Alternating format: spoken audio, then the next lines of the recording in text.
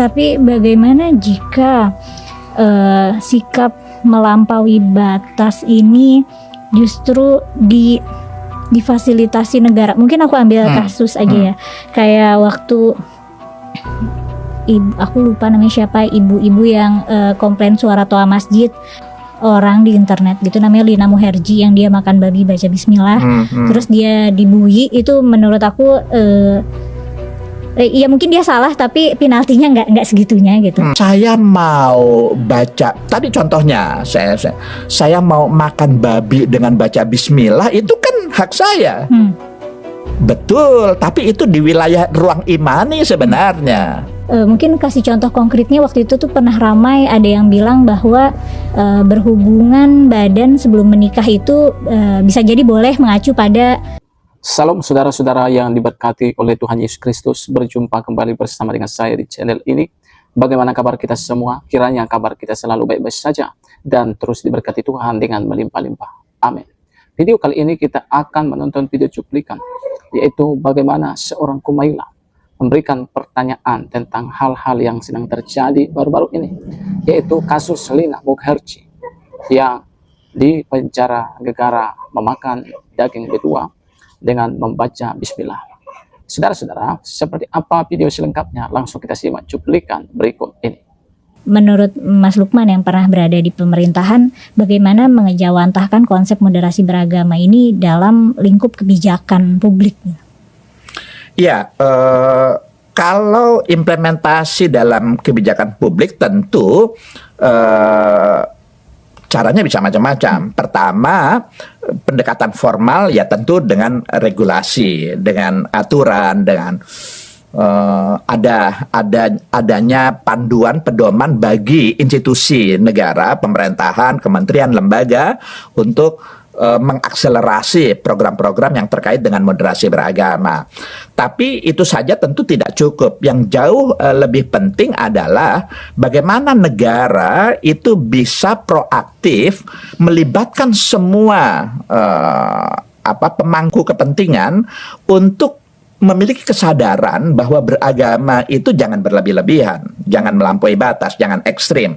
Nah, ini membangun kesadaran ini yang menurut saya jauh lebih penting, karena tadi itu agama tidak boleh didekati secara formal semata, tapi dia harus dibangun secara alamiah, dalam artian ya dia karena agama itu kan kesadaran, iman ya, sesuatu yang sifatnya keyakinan itu ya, dan ketika orang sudah yakin maka lalu kemudian pengamalannya pun juga akan sesuai dengan keyakinan. Nah, ini yang perlu digaungkan, digalakkan, disosialisasikan menurut saya, supaya karena begini, dalam konteks Indonesia agama itu vital sekali. Apapun etnis kita, apapun suku bangsa kita, dimanapun kita tinggal di wilayah tanah air, di wilayah Nusantara yang sangat luas ini, semua kita akan selalu terkait dengan nilai-nilai agama. Di banyak kesempatan saya sering mengatakan bahwa bagi bangsa Indonesia yang sangat religius ini, nilai-nilai agama itu tidak hanya menjadi landasan titik pijak setiap kita, tapi juga nilai-nilai agama itu sebagai arah kemana kita hendak menuju. Itulah kenapa lalu kemudian lihat saja kearifan lokal budaya kita, semuanya terkait dengan nilai-nilai agama. Jadi agama itu penting sekali. Saya ingin mengatakan agama itu sesuatu yang tidak bisa dipisahkan dari kehidupan bangsa Indonesia. Bayangkan kita ini mau mengadakan pertandingan olahraga saja itu diawali dengan doa bersama, coba. Nggak, bangsa lain belum tentu melakukan. Kita mau berkesenian, mau membuka wayang kulit atau mau reok atau apa, aktivitas apapun yang kita lakukan itu kalau tidak diawali diakhiri dengan baca doa, itu menunjukkan bahwa religiusitas kita itu sangat tinggi. Maksud saya agama itu vital sekali. Nah, maka cara memahami dan mengamalkan ajaran agama yang tidak berlebih-lebihan, yang tidak melampaui batas, itu menjadi sangat penting. Jadi bagaimana beragama itu terus terjaga kemoderatannya. Jangan sampai melampaui batas. Jangan, apa ukuran melampaui batas? Jangan sampai mengingkari ajaran-ajaran agama yang inti itu, yang pokok itu. Kita bisa berbeda-beda di wilayah partikular, bahkan sekeras, setajam, sebesar apapun perbedaan kita, bahkan perbedaan iman sekalipun, kita bisa, dan itu sudah tapi jangan pernah ingkari yang inti. Jangan karena kita beda iman, apalagi beda mazhab, apalagi hanya beda amaliyah ubudiyah, tata cara ritual keagamaan yang berbeda, itu lalu kemudian membuat kita mengingkari yang inti, membuat kita saling merendahkan kemanusiaan kita, membuat kita mempraktekkan hal-hal diskriminatif, menimbulkan ketidakadilan, merusak, dan seterusnya. Itu yang harus dijaga gitu. Tapi bagaimana jika sikap melampaui batas ini justru difasilitasi negara? Mungkin aku ambil kasus aja ya, kayak waktu aku lupa namanya siapa, ibu-ibu yang komplain suara toa masjid yang kemudian di Sumatera Utara Meliana. Oke. Terus kemudian yang paling mungkin belum lama ada tuh orang di internet gitu namanya Lina Muherji yang dia makan babi baca bismillah, terus dia dibully. Itu menurut aku ya mungkin dia salah tapi penaltinya nggak segitunya gitu.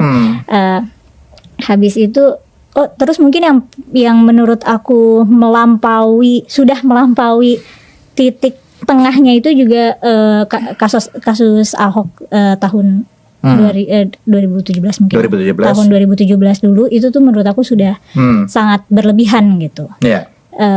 Nah, kalau misalnya itu gimana? Apakah menurut mungkin aku ngasih pertanyaan spesifik dulu kali ya. Apakah menurut Mas Lukman pelanggaran penistaan agama itu menurut kebijakan Mas Lukman secara pribadi itu memang penistaan agama? Sedangkan tadi kan di awal kita udah ngomongin bahwa agama itu maha benar, dan jika agama itu maha benar sejatinya itu tidak bisa ternista gitu. Jadi ketika ada penistaan agama sebenarnya kan yang ternista itu pemeluk-pemeluknya ini yang tersinggung sebenarnya. Mereka juga sebenarnya tidak ternista gitu, cuman mereka tersinggung atau marah.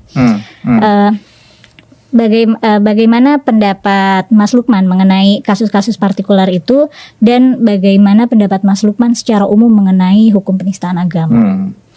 Ya, waduh, ini pertanyaannya sangat mendalam dan mendasar. Ini penjelasannya bisa berjam-jam. Saya khawatir nggak cukup durasi kita. Tapi begini, karena ini terkait dengan beragama di wilayah internum dan di wilayah eksternum. Maksudnya di wilayah imani dan di wilayah amali gitu. Tapi beginilah, saya tidak akan masuk ke terlalu akademik, terlalu ini waktunya mungkin nggak mencukupi. Tapi saya ingin menanggapi dari perspektif begini. Moderasi beragama itu sebenarnya lebih ingin fokus menata kehidupan beragama di ruang publik, di wilayah eksternumnya gitu. Bukan di wilayah internum, bukan di ruang privat. Karena ruang privat itu masing-masing kita tanggung jawabnya kepada Tuhan kita. Itu wilayah yang nggak bisa diintervensi oleh siapapun juga. Wilayah internum, wilayah imani. Saya mau beriman kepada siapa, saya mau beriman atau tidak beriman dulu, itu kan nggak ada orang yang bisa memaksa saya, karena atau ini ada berimannya musiman gitu. Atau saya mau bermazhab apa, saya mau pilih sekte apa, saya mau milih amaliyah ubudiyah, tata cara peribadatan ritual yang seperti apa, kan nggak ada yang bisa mengintervensi. Negara sekalipun nggak bisa mengintervensi, dan moderasi beragama tidak masuk di wilayah ini, tidak gitu. Moderasi beragama sangat fokus di wilayah eksternumnya, di ruang publik. Mengapa ruang publik? Karena ini ruang bersama, milik kita semua yang beragam-ragam itu. Maka ruang bersama yang beragam-ragam, fahamnya, imannya, tata cara peribadatannya, dan seterusnya, ini harus dijaga kemoderatannya. Jangan ada yang ekstrim di wilayah bersama ini, karena ini wilayah punya kita semua nih. Maka harus resiprokal, harus saling kedua belah pihak. Misalnya, saya mau baca, tadi contohnya saya mau makan babi dengan baca bismillah, itu kan hak saya. Betul, tapi itu di wilayah ruang imani sebenarnya. Itu. Tapi kalau Anda lakukan itu di ruang publik, ada publik nih yang punya pemahaman yang nggak sama dengan kita. Ada faham yang mayoritas difahami oleh sebagian besar warga bangsa, ada yang tidak. Maka harus kedua belah pihak harus saling menjaga, harus moderat. Dia juga harus bisa memahami lingkungannya. Apakah kalau saya beragama di ruang publik itu, apakah saya mengganggu wilayah publik ini? Maka juga harus dijaga, jangan berlebih-lebihan dan jangan melampaui batas. Itu. Nah, memang di sini lalu kemudian masing-masing kita ya harus punya ukurannya sendiri-sendiri itu untuk saling menjaga itu gitu. Nah, kembali kepada pertanyaannya tadi, inti pertanyaannya kan sebenarnya apakah penistaan atau penodaan agama itu negara boleh intervensi atau tidak? Iya, itu menjadi sikap ekstremisme tersendiri enggak? Ukurannya apakah, karena kan bernegara itu kan menata kehidupan bersama. Menata kehidupan bersama harus atas akad kesepakatan bersama. Maka dalam ajaran agama, salah satu ajaran agama yang universal itu adalah membangun konsensus dan mentaati konsensus itu. Itu inti pokok ajaran agama, mentaati kesepakatan. Jangankan orang banyak, kita mau berumah tangga saja, membangun rumah tangga dengan pasangan kita, hanya 2 anak manusia yang berbeda jenis kelamin, itu harus diikat dengan mitsaqon ghalidz, ikatan yang sangat kuat, yang sangat harus akad gitu, harus ada kesepakatan. Jadi di ruang publik, bermasyarakat, bernegara, ya harus ada kesepakatan bersama. Apa itu regulasi, konstitusi, apa yang paling tinggi, turun ke dalam undang-undang, peraturan perundang-undangan di bawahnya, dan seterusnya. Itu yang mengikat kehidupan kita bersama di tengah-tengah keberagaman, di tengah-tengah perbedaan. Maka dalam kaitannya tadi penistaan dan penodaan agama, apakah ada faham dan amalan keagamaan di ruang publik yang melanggar kesepakatan bersama itu atau tidak? Dan yang menentukan benar tidaknya ya tentu peradilan. Hakimlah yang nanti akan memeriksa, mengadili, dan memutus apakah sebuah faham atau sebuah amalan keagamaan itu dikatakan menodai atau menista suatu ajaran agama gitu. Nah, jadi kalau dikaitkan dengan bernegara, dalam pandangan saya, negara tetap memiliki kewenangannya selama acuannya itu adalah kesepakatan bersama. Tidak boleh lalu kemudian mentang-mentang dia penguasa, nggak ada regulasinya, lalu kemudian main larang, main nggak boleh ini, nggak boleh itu, main hakim sendiri. Itu tidak, itu akan melanggar, menyimpangi ajaran-ajaran agama yang universal. Nah, oleh karenanya kembali kepada tadi itu, apakah ada kesepakatan bersama yang diingkari atau tidak? Kalau ada, maka ini harus diserahkan, bukan lalu kemudian masing-masing pihak main hakim sendiri, apalagi dengan kekerasan. Ya sudah, bawa ke mahkamah, ke peradilan, ke lembaga peradilan, untuk lalu kemudian, karena semua kita sudah bersepakat, hakimlah yang nanti memiliki kewenangan untuk memutus itu gitu. Bagaimana dengan lingkup akademik gitu, lingkup pengetahuan? Karena pernah tuh ada ramai, aku aduh aku nggak nyari tahu dulu sih ini apakah sampai ke pengadilan atau enggak, tapi pernah ada penelitian yang orang tuh heboh gitu dan merasa pemikiran itu atau pengetahuan orang yang menuliskan pemikiran itu atau yang menyampaikan pengetahuan itu harus diadili gitu. Nah, kalau misalnya moderasi agama ini melindungi kebebasan menyebarkan pengetahuan dan atau pemikiran atau kebijaksanaan enggak misalnya?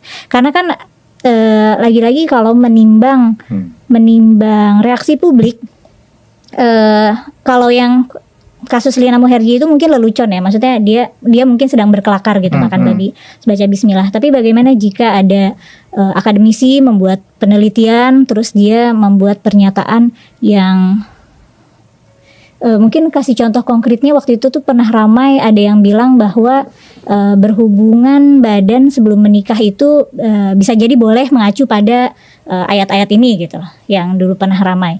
Nah itu kan sebenarnya pada lingkup akademis ya. Nah, tapi kan itu membuat gaduh. Nah kalau misalnya lingkupnya pada lingkup keilmuan seperti itu, bagaimana konsep moderasi agama memoderasi ini gitu? Ya, itulah kenapa harus kita berhati-hati memilah wilayah di mana kita berada. Dalam dunia akademik, itu kan ada kebebasan yang harus dijaga. Justru malah harus dijaga kebebasannya. Kebebasan akademik itu sangat.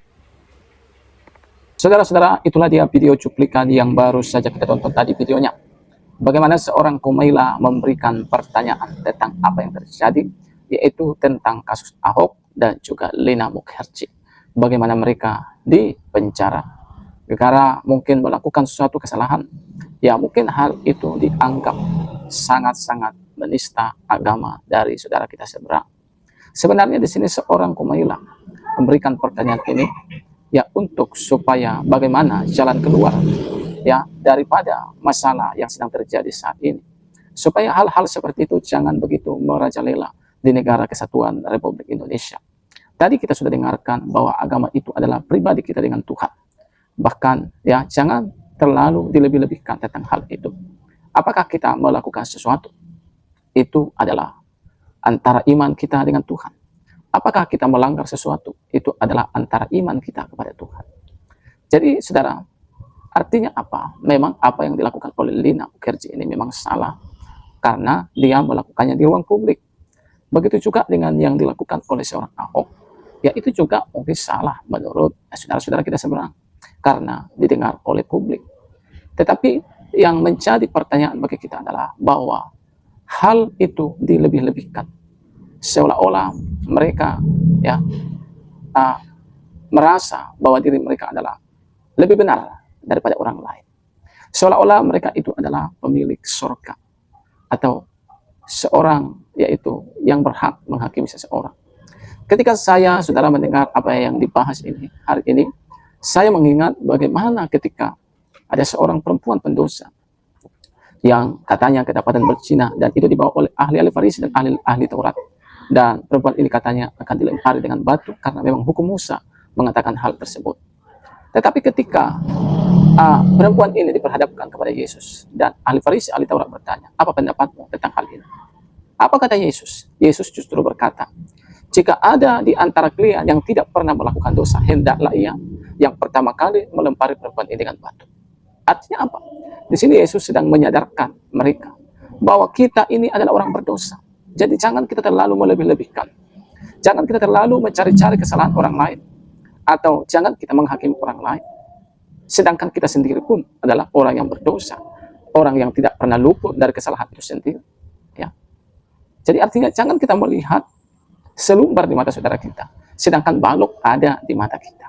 Nah teman-teman, kiranya video yang saya bagikan ini boleh memberkati. Kita berharap negara kesatuan Republik Indonesia ini menjadi negara yang adil. Nah kiranya video ini boleh memberkati. Tuhan memberkati kita. Shalom.